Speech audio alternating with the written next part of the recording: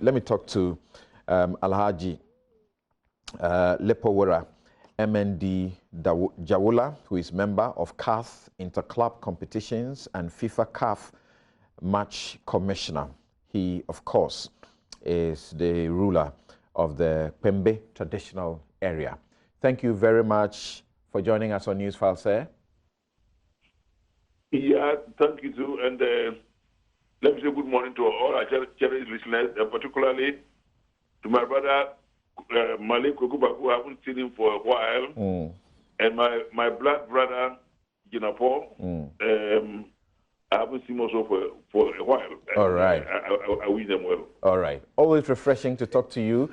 So this is refreshing, isn't it? That we now have a new crop of executives for the GFA. There are some people who are hinting that some of them actually, belong to the old stock. So just new wine in old wine skin, isn't it? Well, not exactly so. I look at whatever happened from the holistic level. I look at people like Dr. Obin. I look at people like Randy Abbey and other people, Aki and so on, who are also very strong with the clubs, as well as Georgia Maku and the rest. Randy Abbey might have been there a while, but he's a young man. His ideas are fertile, and I believe that, as my people say, they would just say that the strength of the ram is in the waist. So these are the people that will make the difference for people. He will listen. So it is true to say that persons like Randy Abbey, even though they were in and they have been part of the process, they belong to a different crop because they were known to be, the radicals amongst them. They were known to be the ones who were a bit non-conformist and even criticizing the organization that they were working for themselves. So there's any room for, entertaining any fears that we are likely to go back to the same old ways that was so unproductive. No, we shouldn't expect any fears. The only thing one would say at this stage is that who needs to look at everybody dispassionately and knock off all prejudice. Because if you come if you come on the stage, and I'm talking experience, with any prejudices and think that Mr. A or Mr. B has had something against me, or during the campaign, Mr. A or Mr. B said this or that against me, you are not going to get anywhere. Then you are just going to spend all the time fighting like President Trump is fighting on a daily basis. You've got. I know you have laughed a bit. I know. Yeah. You've got to make up your mind that you are going to work with everybody, past and present, including past FA presidents who are alive and kicking. Yes, in fact, Keto Kreku made that promise that he was going to call on Fred Papo Dems, and he mentioned a number of people that he will be falling on for advice. And especially Fred Papo. Fred Papo didn't perform well. I was not surprised. I met him at Congress. I said, Fred, give me the chance. I will make you the FA president over everybody any day. But this is an election, and the Electoral College is going to think quite differently. And therefore, don't get discouraged. Don't run away. If something goes wrong, just stay and continue to do whatever you can. So, Ket campaign on the theme and slogan, Game Changer. What do you expect to change? Will anything really change? What must change? Well, let's be honest. Elections have catchphrases, game changer, that's among catchwords, creation of wealth. Well, these are all beautiful things to say. Yes, the game that can change, in my opinion, should be at the grassroots. If you can change systems for us to look back at the Ghana League some years ago, what it was before, the difference between the Ghana League and like the league in Barcelona or the league in Manchester, etc., is the fact that our numbers have diminished on the field of play, and all these other ones still have crowds. And it's the crowds that make the what the CAF people call the ambience. CAF people call the ambience. All right. It's the crowds that make football tickle. Right.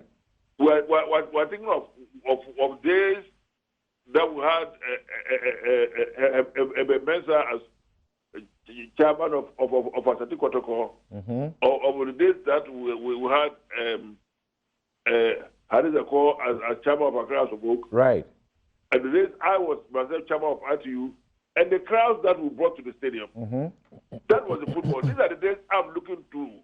And if Kurt is listening or will listen, he should do whatever it takes to bring some of these old people on board who can assist him with advice that can bring the crowds back to the field.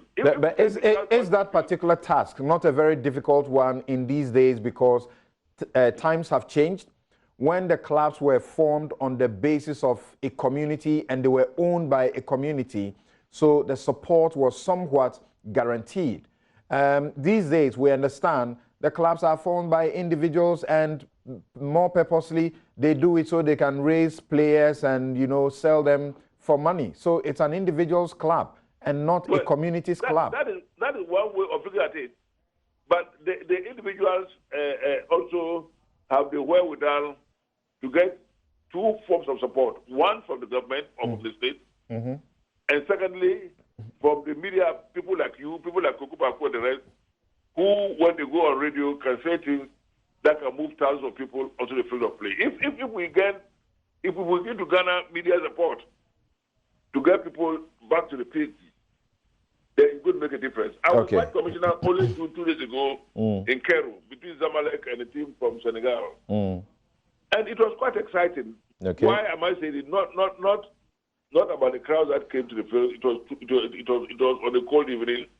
But the fact that these were clubs playing within the context of Africa, and for that matter, these were players who are playing within the jurisdictions of their various countries. And I tell you, the standard was very high. And some of the Zimbabwe players play for the Egyptian national team. Some of the Generation Foot players play for the Senegalese national team. And therefore, if we could continue to have Protocol House of Oak field players of that nature at that high level, then one would say that at least people will go to the field, just look at the players. People go to the stadium sometimes. In those days, just look at Apedipele or Jamokwe or Alanikobo or Mamacho. I mean, the names you mentioned bring fond memories, even for those of us who, you know, don't have any particular interest in football. Yes, they used to bring a certain sense that everybody wanted to, you know, have something to do with football or get to follow the game. So obviously, you are very hopeful, but you are setting that we are on a path, a commencement of a path to reviving the beautiful game. Is that correct? That is what I'm talking about. I know a lot has happened, and as I'm here, my nephew, and all the things that went after that and so on, I know a lot has happened, but I know that is not our focus for now. We want to get our football back on track. Right. And let's start it from the grassroots. Let's start it seriously for the grassroots. Let's start seeing changes. So the game changer the coach is thinking about, if you are not talking about it, you think about bringing a change on the field on the field that will have intelligent players coming. All these great players are still hanging around in Boku, in Kwa, in Kumasi, in Tamale, in Ho, Hohoi. All these players hanging around there. All right. If we are able to keep them in Ghana for a while, I think our football will begin to make sense, because people will say, oh, there's this new striker, there's this new center defender, there's this new midfielder, there's this new goalkeeper, and people will flock just go and see one player, and it's going to make a difference. Thank you very much, M.N.D Jawila, for your time. Thank you very much indeed. And of course, you know that he is a veteran. He's been in this game for quite a while. And like he mentioned himself, those days that he, Herbert Mensah, and Harry Zako were running the clubs, those were the good old days, if you like.